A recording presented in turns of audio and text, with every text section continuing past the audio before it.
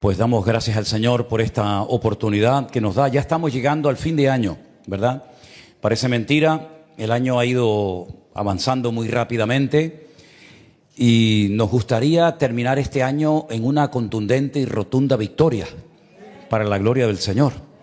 Decirles que hemos estado estos días en Alicante trabajando duro porque los trabajos que quedan son muy importantes y son muy pesados, ¿no? Hemos tenido que pedirle a dos albañiles que nos ayuden, los hemos tenido que contratar, y también ha venido otro hermano o dos hermanos también de nuestra iglesia de Alicante que también son albañiles para ayudarnos a terminar de construir el muro de los lamentos, porque está siendo un muro complicado, ¿eh?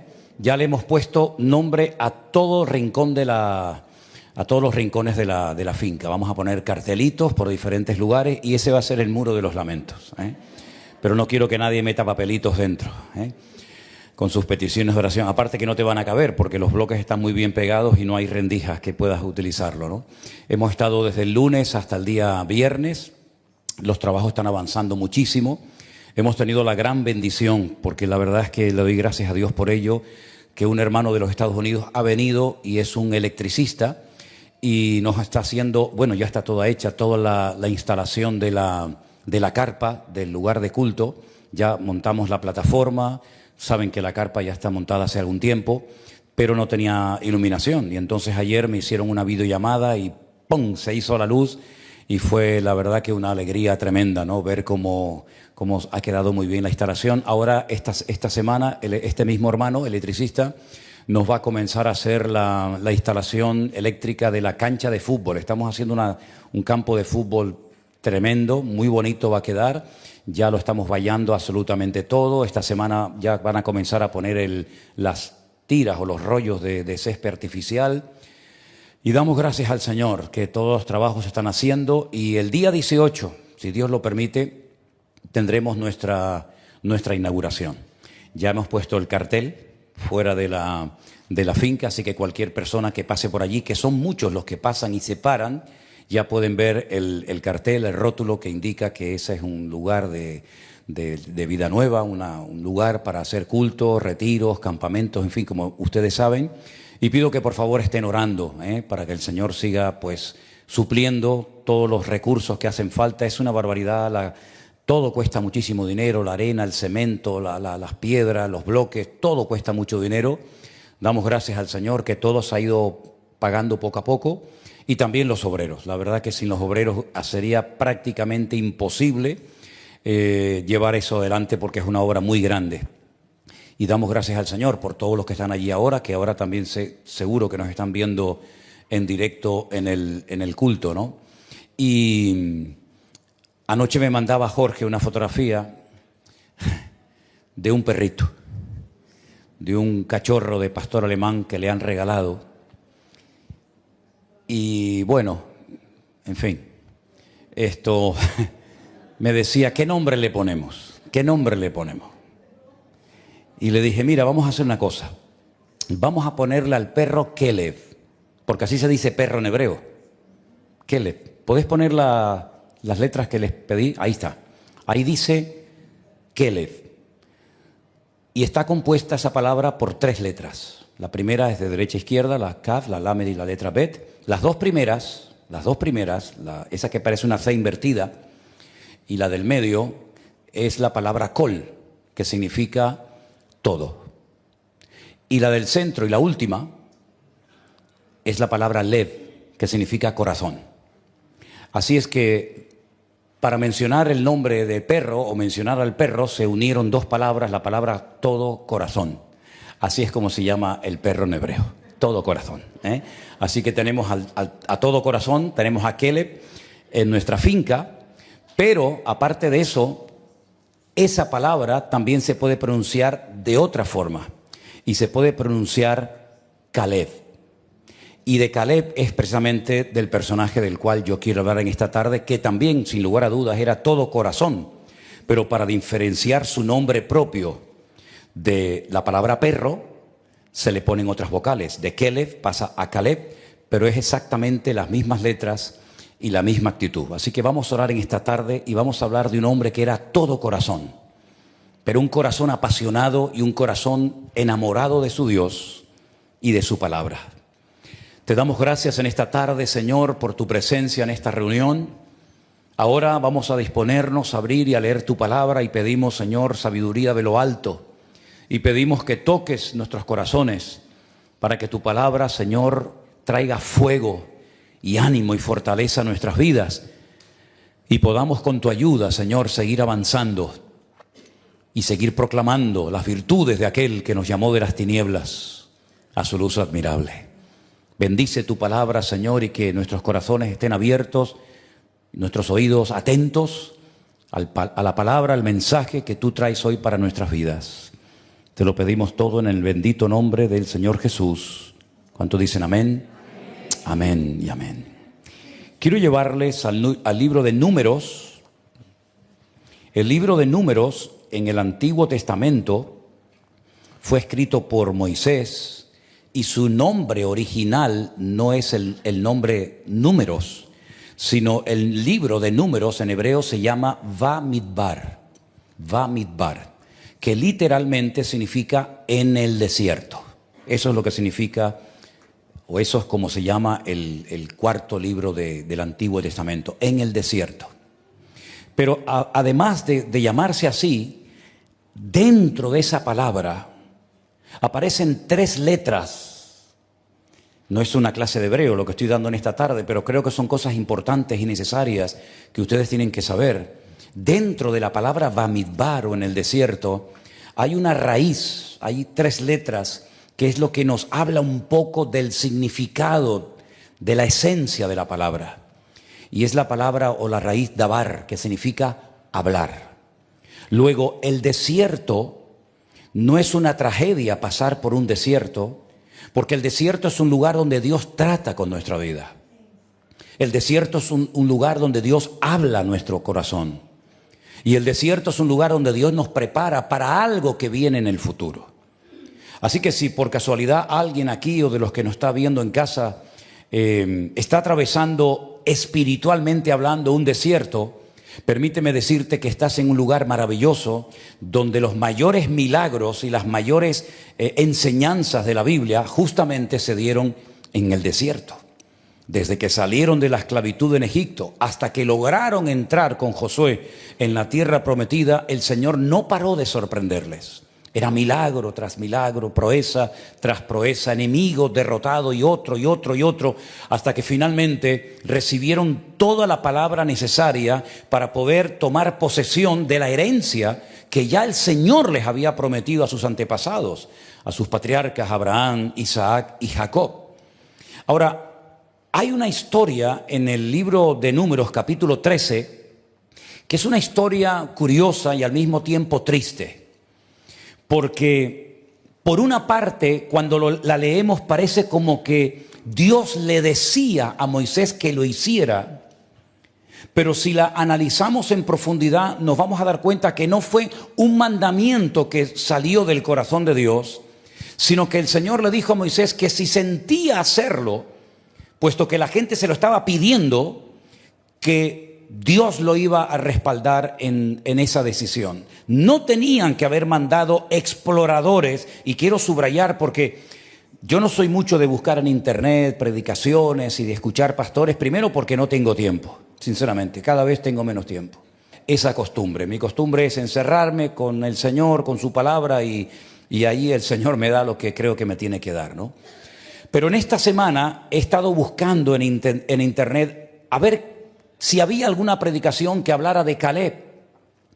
Y todo lo que oí, no hubo ni uno que no dijera lo que voy a decir ahora. Todos decían que hubo un momento en la historia del pueblo de Israel donde Moisés envió a 12 espías a la tierra de Canaán. Y me da cierta tristeza y dolor ver que hay personas que repiten, incluso hablo de pastores y de predicadores, las cosas como si fueran loros y no profundizan y no averiguan si verdaderamente lo que mandó Moisés eran espías o era otro tipo de personas. Realmente espías no eran. La palabra espías no aparece en el texto que podemos leer en Números capítulo 13 y en Números capítulo 14, no aparece. Aparece la palabra anashim, latur, es decir, hombres que fueron de turistas. Nosotros diríamos de exploradores.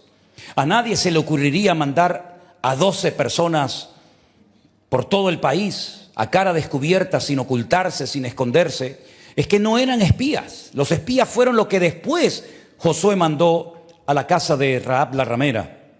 Y mandó 2, y que no tenían que saber nadie que estaban allí. Pero estos 12 hombres, que vamos a poner la lista inmediatamente en la pantalla de la iglesia, estos 12 hombres, cada uno de ellos era representante de una de las tribus de Israel. Eran príncipes, eran personas de influencia, eran personas de peso en la tribu en la cual formaban parte. Tenemos por una parte a Samúa, que era el representante de la tribu de Rubén. De la tribu de Simeón tenemos a Zafat. De la tribu de Judá tenemos a Caleb, aunque lo hemos puesto casi al final de la lista. De la tribu de Isaacar tenemos a un tal Igal. De la tribu de Efraín tenemos a Oseas, pero que el Señor le cambió el nombre y le pusieron Josué. De la tribu de Benjamín, Palti. De la tribu de Zabulón, Gadiel. De la tribu de José, de la tribu de Manasés, Gadi. De la tribu de Dan, Amiel. De la tribu de Aser, Setur. De la tribu de Neftalí, Naví. Y de la tribu de Gad, un tal Jehuel. Esta lista son 12 hombres, 12 personajes, ya digo, de influencia, importantes, príncipes de cada una de las tribus de Israel. Los 12 fueron enviados con un objetivo: reconocer la tierra. Tenían que ver si la tierra estaba habitada o deshabitada. Y en el caso de que estuviera habitada, ¿qué tipo de gente era? Si eran gente que vivían sin murallas o en ciudades fortificadas, si habían árboles, si había agua. Es decir, tenían que traer un informe, cada uno de ellos, para que los que estaban esperando con una expectativa tremenda, recuerden que habían estado mucho tiempo en el desierto, pues pudieran convencerse de que merecía la pena entrar y tomar posesión de la tierra. Después de 40 largos días volvieron. Y quiero leerles parte del capítulo 13 del libro de Números, que dice así, a partir del verso 27. Y les contaron diciendo: nosotros llegamos a la tierra a la cual nos enviaste, la que ciertamente fluye leche y miel, y este es el fruto de ella.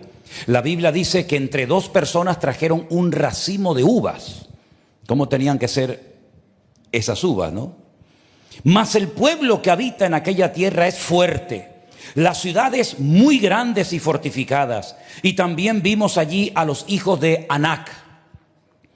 Amalek habita en el Negev, y el Eteo, el Jebuseo y el Amorreo habitan en el monte, y el Cananeo habita junto al mar y a la ribera del Jordán.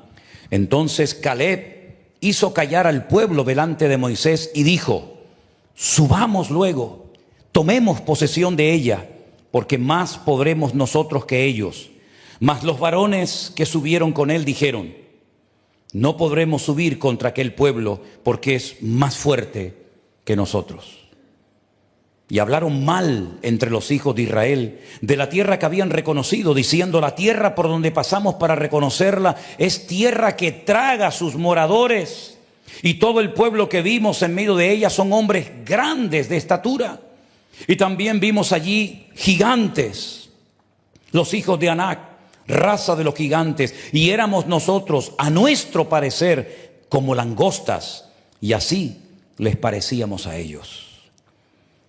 Este informe tan terrible trajo una tristeza y un dolor tan grande al pueblo de Israel, que si seguimos leyendo el capítulo 14 dice: entonces toda la congregación gritó y dio voces, y el pueblo lloró aquella noche.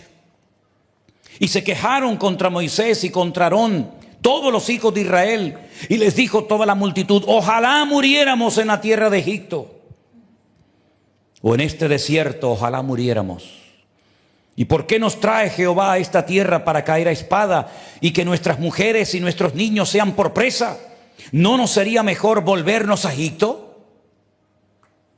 Y decían el uno al otro: designemos a un capitán y volvamos a Egipto. Esta palabra capitán la busqué y no es la palabra capitán, es la palabra rosh.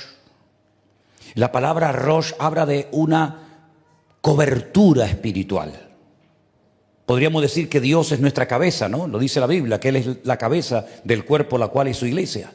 Ellos están diciendo, pongamos otra autoridad espiritual sobre nuestras vidas, porque Dios nos ha fallado. Estos hombres, Moisés y Aarón, nos han fallado. Nos han traído aquí para que maten a nuestras mujeres y a nuestros hijos. Así que volvamos otra vez a Egipto, volvamos a la esclavitud, al pasado, y vamos a ponernos bajo la cobertura espiritual de otro Dios y de otro liderazgo. Eso es lo que significa la palabra Rosh. No es simplemente nombrar a otro pastor, a otro líder. No, es mucho más profundo. Va mucho más allá que simplemente nombrar otro liderazgo. Y decían el uno al otro, nombremos o designemos a otro capitán o cobertura espiritual. Entonces Moisés y Aarón se postraron sobre sus rostros delante de toda la multitud de la congregación de los hijos de Israel. Y Josué, hijo de Nun, y Caleb, hijo de Jefone, que eran de los que habían reconocido la tierra, rompieron sus vestidos. Y hablaron a toda la congregación de los hijos de Israel diciendo, la tierra por donde pasamos para reconocerla es tierra en gran manera buena. Si Jehová se agradare de nosotros, Él nos llevará a esta tierra y nos entregará la tierra, tierra que fluye leche y miel. Por tanto, dice, no seáis rebeldes contra Dios, ni temáis al pueblo de esta tierra, porque nosotros los comeremos como pan. Esto está hecho, pan comido. Su amparo se ha apartado de ellos y con nosotros está el Señor. No los temáis. ¿Cuántos dicen amén? En otras palabras, si ustedes se rebelan, el miedo se va a apoderar de nuestras vidas. Y el miedo nos va a hacer decir tonterías y nos va a convertir en un pueblo de desobedientes. No lo hagan, le decía Josué y Caleb al pueblo. Entonces toda la multitud, escuchen bien, habló de apedrearlos. Es impresionante, ¿eh? Matarlos a pedradas. Pero entonces en ese momento en el que iban a ir a por ellos y los iban a quitar de en medio, la gloria del Señor se mostró en el tabernáculo de reunión y a todos los hijos de Israel.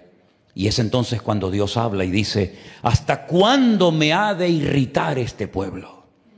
Cuando leía este versículo me venía a la cabeza cuando el Señor Jesucristo bajó de la montaña, ¿se acuerdan? Que dice que sus discípulos estuvieron trabajando, tratando de echar fuera un demonio y no pudieron. ¿Se acuerdan la historia? Y Él dijo, ¿hasta cuándo he de estar con vosotros? Exactamente igual, dice el Dios eterno, el Creador, en este momento. ¿Hasta cuándo este pueblo me ha de irritar? ¿Hasta cuándo no me creerán con todas las señales que yo he hecho en medio de ellos? Podemos seguir leyendo el resto del capítulo, que realmente es tremendo. 40 días estuvieron reconociendo la tierra, explorándola, de norte a sur y de este a oeste. El Señor les dijo, todos los que se han quejado, no solamente estos 10 exploradores, sino los mayores de 20 años, responsables de sus actos y de sus palabras, no van a entrar. Van a morir todos en el desierto, a año por día. 40 días estuvisteis en la tierra prometida y no os gustó, hablasteis mal de ella, la menospreciasteis. 40 años vais a estar dando vueltas y vueltas en el desierto hasta que toda esta generación de incrédulos, de rebeldes y de desobedientes caigan todos muertos en el desierto. Y aquellos niños que dijisteis que no iban a entrar, ellos son los que van a tomar posesión de la tierra prometida. Y no le quedó más remedio a Josué y a Caleb que vivir los próximos 40 años de su vida soportando esa inmensa mayoría de rebeldes y de desobedientes, sabiendo que ellos tenían la razón, sabiendo que era posible la conquista de la tierra. Tuvieron que estar 40 años esperando su herencia. Y en cierto sentido, nosotros nos parecemos también un poco a Josué y a Caleb. Porque así como ellos tuvieron que estar rodeados de inconversos y de un ambiente muy pesado, esperando recibir en un futuro su herencia, a nosotros también nos ha tocado vivir en una generación de incrédulos, de desobedientes, de rebeldes, pero estamos esperando con gozo que llegue el momento en el que el Señor nos dé la herencia que Él tiene preparada para todos y cada uno de nosotros. ¿Cuántos dicen amén? Él se mantuvo fiel al Señor y a su palabra. No se dejó atrapar por el ambiente, sino todo lo contrario, se mantuvo firme 40 años.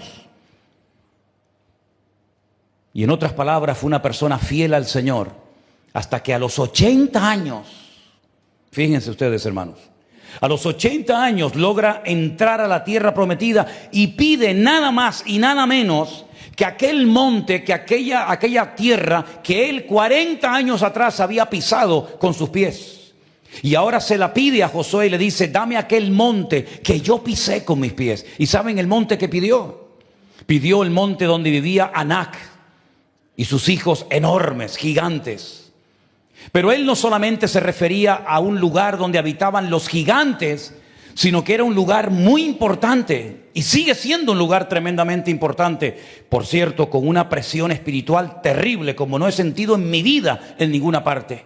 Y me refiero nada más y nada menos que a la ciudad de Hebrón, donde están los gigantes de la fe. Donde está el gigante de la fe llamado Abraham, enterrado allí, en la famosa cueva de Macpela. Donde está enterrado su hijo Isaac. Y donde está el gigante de la fe, Jacob, también enterrados allí. Y allí también está Sara al ladito de su marido. Y allí está también Rebeca. Y Raquel no está porque murió mientras paría, cuando iba a Efrata o cuando iba a Belén de Judea, y en el camino murió. Pero es un lugar donde todavía tanto judíos como musulmanes como cristianos frecuentan, visitan constantemente. Porque es un lugar que habla de hombres que marcaron un hito en la historia. Personas que no se dejaron arrastrar por la corriente de este mundo, sino que se mantuvieron firmes al Señor. Por ejemplo, Abraham fue el único hombre en la humanidad, en la tierra, en aquel tiempo, que era el único que creía en un solo Dios. Todos los demás creían en dioses. Él se mantuvo fiel al Dios que lo había llamado y le había dicho: sal de tu tierra y de tu parentela a la tierra que yo te mostraré. Y él le transmite la fe a su hijo Isaac. Isaac se la transmite a Jacob y así sucesivamente. Y ese monte, se apropió de ese monte nada más y nada menos que Caleb. El hombre fiel, el hombre valiente, el hombre que llegó a ser un ejemplo en su época y también en nuestra época sigue siendo un ejemplo. Porque la edad y el tiempo no es una excusa para dejar de servir y de ser fieles al Señor. ¿Cuántos dicen amén? Repito, la edad y el tiempo no es una excusa para bajar la guardia y dejar de confiar y de perseverar en las promesas del Señor, sino todo lo contrario. Hay algo que Caleb supo unir y es lo que le dio la fortaleza para poder estar esos 40 años rodeados de inconversos, de desobedientes y de rebeldes hasta recibir su herencia. Y fue la fe que tenía y la obediencia que siempre demostró tener hacia el Señor. Y esa combinación, fe más obediencia, le trajo un crecimiento, un desarrollo espiritual que le permitió a los 80 años decirle: dame ese monte, a pesar de que me va a costar mucho conquistarlo, porque sigo teniendo la misma fuerza que hace 40 años cuando lo pisé por primera vez. En otras palabras, fue una persona que se fue renovando espiritualmente, no se fue secando, no se fue apagando, sino todo lo contrario. A los 80 años tenía la misma fe o más que a los 40 años cuando pisó el monte de Hebrón, ciudad que después le tocó como herencia.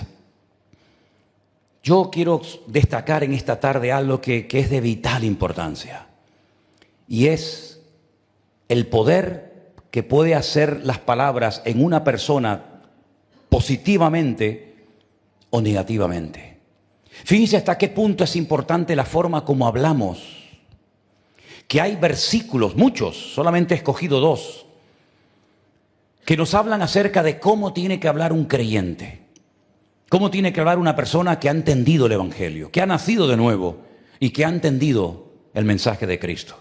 En Efesios capítulo 4, el versículo 29, leemos el siguiente texto: ninguna palabra corrompida salga de vuestra boca, ninguna, sino la que sea buena, ¿para qué? Para la necesaria edificación, a fin de dar gracia a los oyentes. Todo lo contrario a lo que hicieron los 10 exploradores cuando regresaron. hablaron de una forma tan despectiva, tan negativa de la tierra, que toda la congregación se pegó toda la noche llorando, gritando y quejándose contra Dios, contra Moisés y contra Aarón. El siguiente texto lo tenemos en Colosenses capítulo 4, verso 6, que dice: sea vuestra palabra siempre con gracia, sazonada con sal, para que sepáis cómo debéis responder a cada uno. ¿Cuántos dicen amén?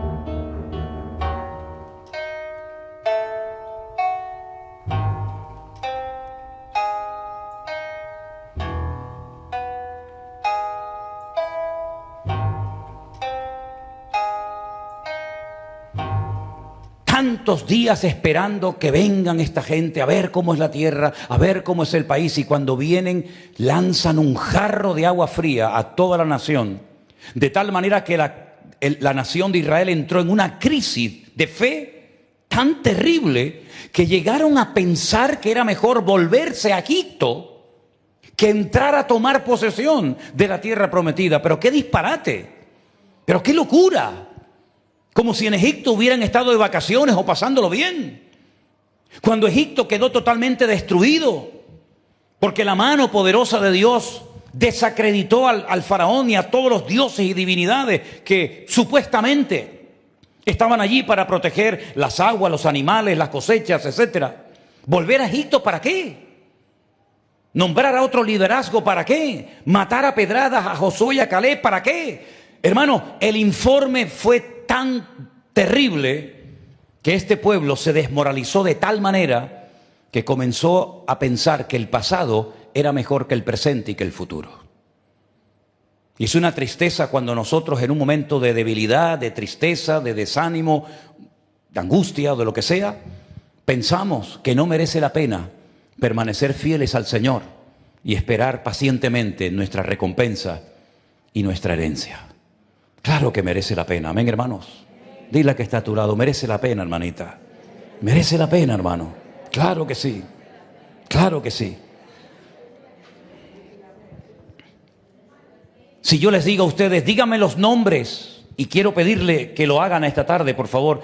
Dígame los nombres de aquellos dos valientes, de aquellos dos que también fueron y vieron lo mismo. Los mismos gigantes, las mismas ciudades, las mismas personas, pero hablaron diferente, porque su visión era diferente. La Biblia dice que si tu ojo es malo, no, eso es si tu ojo te da ocasión de caer. Si tu ojo es malo, dice que todo tu cuerpo estará lleno de tinieblas. Pero si tu ojo es bueno, la visión que tendrás de la vida será completamente diferente. Quiero que me digan el nombre de los 10 que dieron un informe negativo al pueblo de Israel. Dígame los nombres de los 10. Ninguno los recuerda. Nadie sabe, ni yo me sé cómo se llama. Tengo que mirarlo en la Biblia. Dígame los nombres de los dos valientes, de los dos hombres de fe que fueron capaces de ir en contra de la corriente y a favor de Dios y en contra del pueblo. Dígame los nombres de ellos. ¿Qué les parece? ¿Para qué hablar de los otros 10? ¿Saben cómo yo los llamo a los otros 10? Es algo personal, ¿eh? Los 10 mediocres. Los 10 mediocres. ¿Saben que cuando una persona está siendo probada sale lo mejor y lo peor de uno? Eso le pasó a ellos. Ellos eran supuestamente príncipes de las tribus de Israel. Ellos eran hombres importantes e influyentes en el pueblo de Israel, cada uno en su tribu. Pero los probó el Señor. Les dio la oportunidad de demostrar su hombría. Les dio la oportunidad de demostrar si verdaderamente eran hombres de fe, si habían crecido, si habían madurado, si habían interiorizado las palabras que habían recibido en el monte Sinaí o no les había servido de nada. Y quedaron en evidencia porque, repito, las pruebas, las circunstancias, los obstáculos de la vida sacan lo mejor y lo peor de ti. Y así fue con estos. Quejas, lamentos, gente demasiado grande, parecemos langostas, chiquititos en comparación a la estatura de esta gente, descomunales. La tierra traga a sus moradores. Comenzaron a dar un informe tan terrible que la gente, ya digo, quería volver a Egipto y no seguir avanzando como era la voluntad del Señor.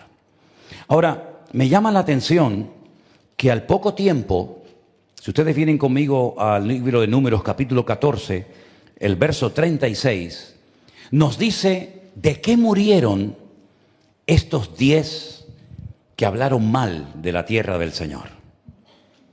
Números 14, 36 dice: los varones que Moisés envió a reconocer la tierra y que al volver habían hecho murmurar contra él a toda la congregación, desacreditando aquel país, aquellos varones que habían hablado mal de la tierra murieron de plaga delante del Dios. Pero Josué, hijo de Nun, y Caleb, hijo de Jefone, quedaron con vida de entre aquellos hombres que habían ido a reconocer la tierra. Los 10 murieron de golpe, de una plaga, que bueno, hay algunas opiniones por parte de los rabinos diciendo más o menos de que murieron, pero realmente no lo podemos saber porque la Biblia no lo dice. Los 10 fueron borrados de la historia. No eran merecedores de entrar a disfrutar de aquella tierra. Yo nunca me olvidaré cuando hace muchos años, ya Pepita se acordará seguramente, hace muchos años estábamos en un local, era otra congregación diferente a esta, y el local donde estábamos, cuando no nos rompían el cartel, nos rayaban los coches, nos tiraban piedra, entraban a los cultos los vecinos, nos interrumpían las reuniones, era una guerra. Yo iba al culto de verdad con una carga en mi corazón diciendo a ver qué va a pasar hoy, porque siempre había algo terrible, ¿no? Hasta que finalmente decidimos que era el momento de dejar ese bajo, ese local y buscar otro sitio. Además, las circunstancias ya nos estaban indicando que era el momento de buscar otro lugar mejor. Comencé a andar por la ciudad buscando un lugar y encontré un viejo cine de barrio. Saben que los cines de barrio funcionaron durante muchos años hasta que finalmente se fueron cerrando uno y otro. Pero encontramos un viejo cine de barrio totalmente abandonado, destartalado, hecho polvo, viejo. En fin, un desastre. Ese cine se encontraba, ya no existe, ya lo han tumbado hace años, han levantado un edificio. Ese cine estaba en la calle Princesa Dácil, en el barrio de la Salud, paralela a la calle del Molino de Gofio, para más señal. Cuando yo llevé a 3 o 4 hermanos, no me acuerdo cuántos fueron, pero no eran muchos, 3 o 4 hermanos, 5 como mucho, a ver por primera vez ese cine, que fui con el dueño, que me llamó mucho la atención estando ahora en Israel. Una chica entró a nuestra habitación para ordenar la habitación y le pregunté cómo se llamaba, me dijo su nombre, no me acuerdo cómo se llamaba, pero me dijo, me llamo fulanita de la Cruz. Era filipina. Y le dije, pues mira, de la Cruz, así se llamaba el señor que me alquiló el cine del barrio de la Salud. Ladislao de la Cruz, así se llamaba. Cuando entré al cine, había un bombillo, creo que de 10 vatios, ahí arriba en el techo altísimo. Por cierto, la mitad del techo del cine estaba derrumbado, estaba totalmente caído. Durante años había entrado muchísima agua, estaba todo el suelo lleno de agua, pero todo se había puesto verde, todo estaba verde, el techo estaba caído, había ratitas o ratones, estaba la madre, el padre, estaba toda la familia, estaban corriendo por allá, por acá. Es un animalito que a mí no me hace ninguna gracia, porque lo he pasado muy mal con ellas. Y entramos allí, todo el suelo verde, el techo caído, las ratitas dándonos la bienvenida, etcétera, etcétera. Y yo cuando miré aquello dije, gloria a Dios, qué lugar tan hermoso. Este es el lugar magnífico. Los hermanos se miraron así y dijeron, Manolo, esto es un desastre, Manolo. Esto no vale nada. Dije, y yo les dije, pero no lo ven, no lo ven. Esto es una maravilla. Esto es una pasada, miren, las butacas, el teatro, no sé. Ellos no vieron absolutamente nada. De hecho, nunca vinieron a ayudarme, nunca. Nunca, jamás vinieron. Aquel cine fue una bendición tremenda. Pepita fue por allí, y Armando, y Sonia, y esta Inma, y Genaro, y algunos otros hermanos que tal vez saben de lo que estoy hablando. Katy, sí, Katy también, sí, ¿verdad, Katy? Que se me subía a la plataforma mientras yo predicaba a darme besos y abrazos. ¿Te acuerdas, Katy? ¿Te acuerdas? Yo sí me acuerdo, ¿eh? Menos mal que ya eso ya pasó a la historia, Pero lo mismo me pasó con la finca de Alicante. Cuando llegamos a una finca abandonada hace 4 años, hierba por aquí, matojos por allá. Algunos dicen, uy, muchas pulgas, muchas garrapatas. Ya. Vete a verla ahora. Vete a verla ahora. Una bendición de Dios tremenda. ¿Cómo es tu mirada, hermano? Cuando miras algo, ¿qué lectura haces de lo que ves? Porque según lo que veas, así vas a reaccionar. Pero la forma como reacciones ante lo que veas, habla del tipo de persona que tú eres. Créeme. Así como tú ves algo y lo ves todo un desastre, sin posibilidades, como me dijo uno que fue a ver la finca, que lo llamé a los 2 o 3 días de ir a la finca. Yo creo que estaba asustado porque estaba así con los brazos bien apretados y estaba mirando para todos los lados como si le vinieran algo del cielo. Y le dije, ¿te gusta la finca? ¿Qué está chula? Y me dice, a mí no me gusta esto. Digo, ¿no? Yo pensé que no me había explicado y le pregunté otra vez, ¿no has visto la bendición de tener este terreno? Y me dice, yo no veo bendición por ninguna parte. Así me lo dijo. Yo no encajo aquí. Y yo dije, efectivamente, tú no encajas aquí. Como estos 10 no encajaban ahí. Estos 10 no eran dignos, no eran merecedores de la tierra del Señor. Porque hay bendiciones que son para un cierto tipo de personas. Y por eso hay personas que viven toda la vida en una mediocridad y en una superficialidad total y absoluta. Se conforman con lo poquito, se conforman con las migajas. Pero nuestro Dios nos dice que el pan entero es para los que le creen y se apropian de las bendiciones del Señor. Y por eso una de las cosas que tenemos que pedirle al Señor, Señor, sana mi vista. Porque así como vea, así voy a hablar y así voy a comportarme y así voy a actuar. Y eso es lo que le voy a transmitir a la siguiente generación. Porque yo recuerdo, por ejemplo, que cuando Caleb era mayor y su hija se fue a casar, su hija le pidió herencia a su padre y su padre se la pudo dar porque su padre fue un guerrero, fue un valiente que peleó por la tierra que quería conquistar. Pero ¿qué tierra, qué herencia le dieron los 10 exploradores que hablaron mal de la tierra? Ninguna. Si no tenían para ellos, ¿cómo van a dar para su descendencia? No tenían nada. Hoy estamos hablando de un hombre que vivió hace más de 3000 años. Hoy estamos leyendo en la Biblia palabras que pronunció este hombre hace más de 3000 años. Y es una fuente de inspiración y es un ejemplo para nosotros. ¿Por qué? Porque él entró en la tierra y vio a los hijos de Anac, lo vio. Es que la fe verdadera no es ciega. La fe genuina no es ciega. No es que estás atontado y todo lo espiritualizas. No, no, no. Él vio a los gigantes. Él vio a Amalek. Él vio a los hijos de Anac. Él vio las murallas de Jericó. Él vio todo exactamente igual que los demás. Pero él vio que aquellos obstáculos no eran un impedimento, sino eran una oportunidad para que Dios, su Dios, se manifestara con poder y con gloria. Así como el Mar Rojo para muchos fue un obstáculo, para los hombres de fe fue una oportunidad para demostrar que Dios puede abrir los mares, aunque el hombre crea que es imposible. La falta de agua en el desierto para muchos fue un motivo de queja, de lamento y de volver a Egipto. Pero para otros fue una oportunidad para ver que Dios puede sacar agua hasta de la roca. En otras palabras, los obstáculos te pueden hundir o los obstáculos te pueden abrir la visión para que veas la gloria del Señor. Aplauda al Señor si quiere, mi hermano. Caleb lo miró exactamente igual, pero él dijo, todo esto es algo espectacular para que el Señor demuestre su poder y su autoridad. Y les voy a decir algo, y lo digo para la gloria de Dios, y además lo puedo decir con años de tiempo, desde que lo dije hasta el día de hoy.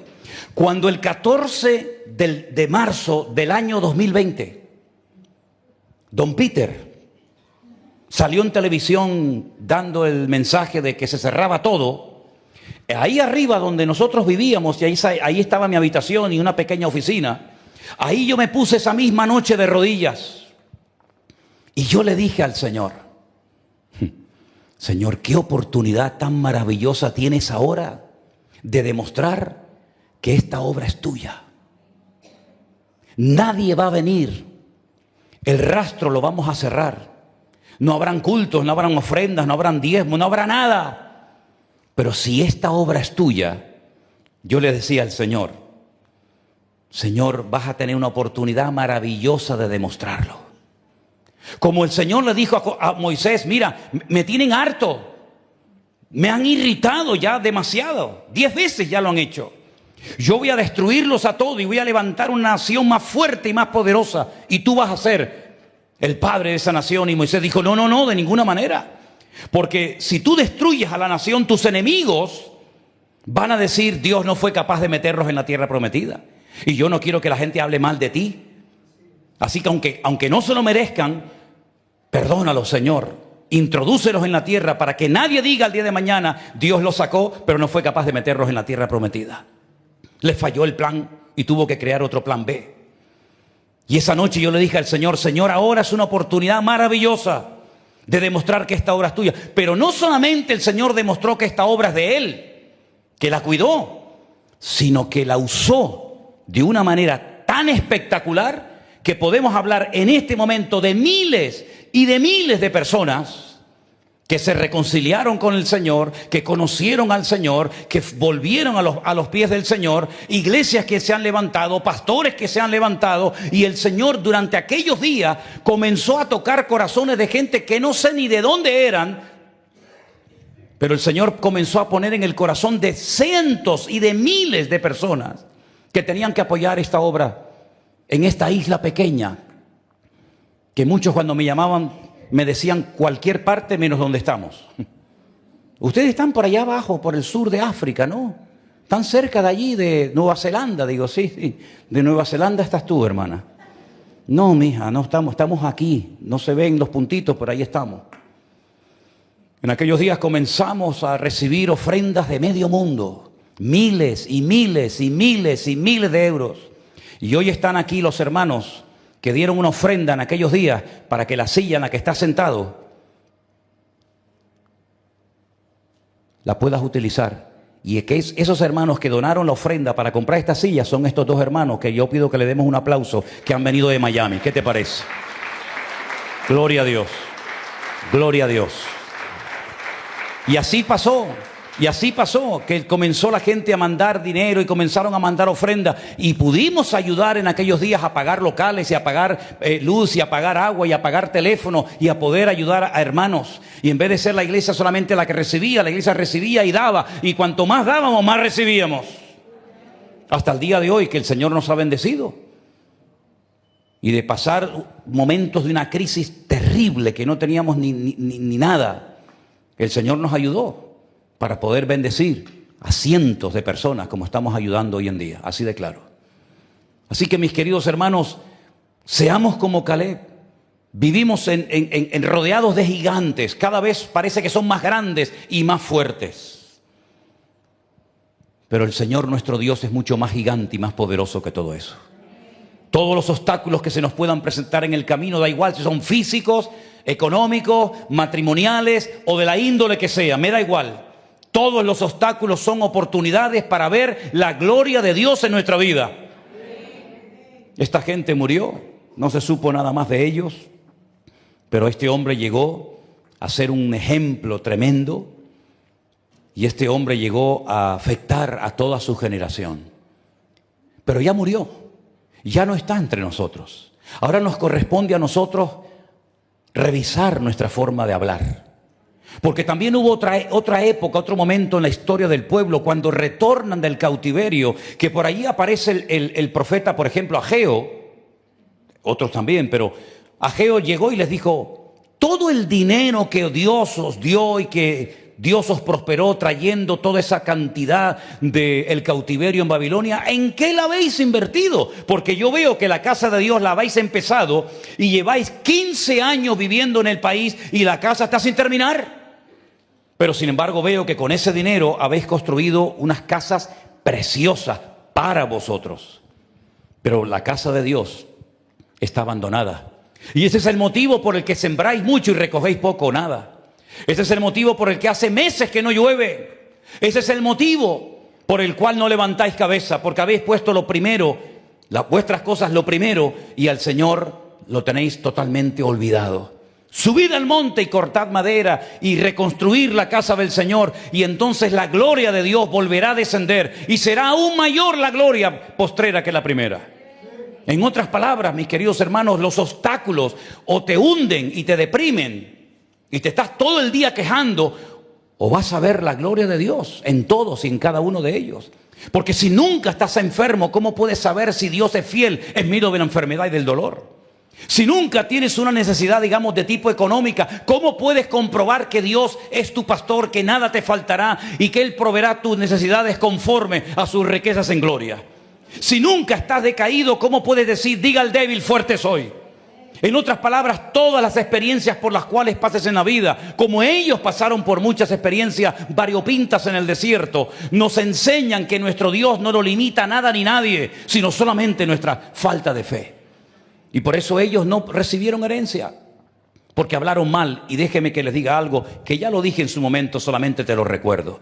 Ese día, por los cálculos que se han hecho, ese día cuando ellos retornan después de 40 días de reconocer la tierra, ese día era el día 14, el Teisha B'Av. Así es en hebreo, se llama así, Teisha B'Av, el 9 del mes Ab. Dice que lloraron, gritaron, dieron voces, se quejaron y hablaban de nombrar otra autoridad espiritual y de apedrear a Josué y a Caleb. Esa noche fue el día Teisha B'Av, el día 9 del mes Ab. Ustedes saben que todas las peores desgracias que ha experimentado el pueblo de Israel a lo largo de la historia siempre han coincidido en el mismo día. Cuando Nabucodonosor destruyó el primer templo de Jerusalén, que era una belleza, aquel templo espectacular que construyó Salomón, lo destruyó el día Teisha B'Av, el día 9 del mes Ab. Siglos más tarde, Tito, enviado por su padre, el emperador romano Vespasiano, destruye en el año 70 el templo de Jerusalén el día 9 del mes Ab.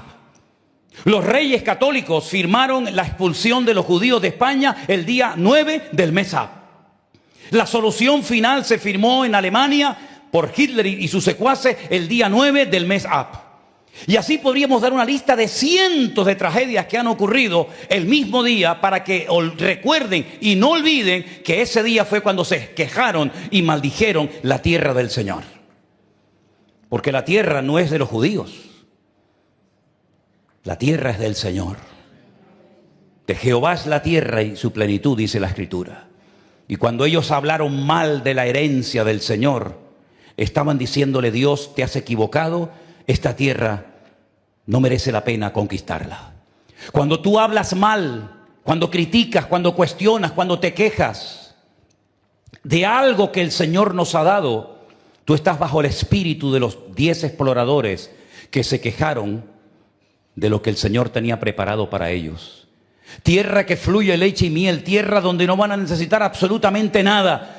Tenemos un conocido en Israel que es un rabino que vivió toda su vida, él y todos sus antepasados, en Irán.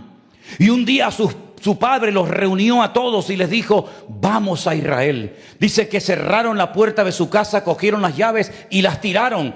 Y los hijos le preguntaban a los padres y a los abuelos: pero nos vamos sin nada, nos vamos con lo opuesto, ¿y de qué vamos a vivir? Y ellos le decían: vamos a la tierra de Israel, donde fluye leche y miel y donde Dios va a proveer todas nuestras necesidades. Y nosotros tenemos que tener ese espíritu de Caleb, decir: no importa lo problemático, no importa la situación, no importa lo difícil del momento, lo importante es que yo no quite mi mirada del Señor.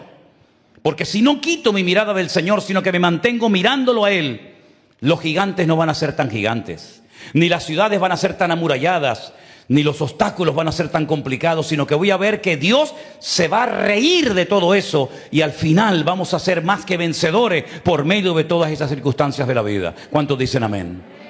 Así que piensa en este momento, ¿cómo estás hablando de tu situación actual?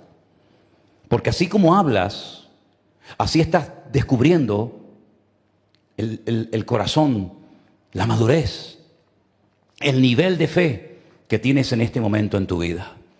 Que Dios nos ayude cada vez que hablemos, a hablar la palabra correcta. Y si no sabes cómo hablar de algo que no entiendes o que no tienes fe para verlo de otra manera, es mejor que te calles. Porque hay personas que, como no saben hablar en fe, porque son mediocres espiritualmente hablando, lo mejor que pueden hacer es cerrar la boca y dejar que otras personas que sí tienen más fe y más visión sean capaces de demostrarle a todos que no hay obstáculo que Dios no pueda superar. ¿Cuántos dicen amén? Cierra tus ojos, hermano, en esta tarde. Piensa en esto. Piensa en esto. Por hablar mal, se perdieron la bendición de Dios. Por hablar mal, murieron antes de tiempo de una plaga terrible que les afectó a todos.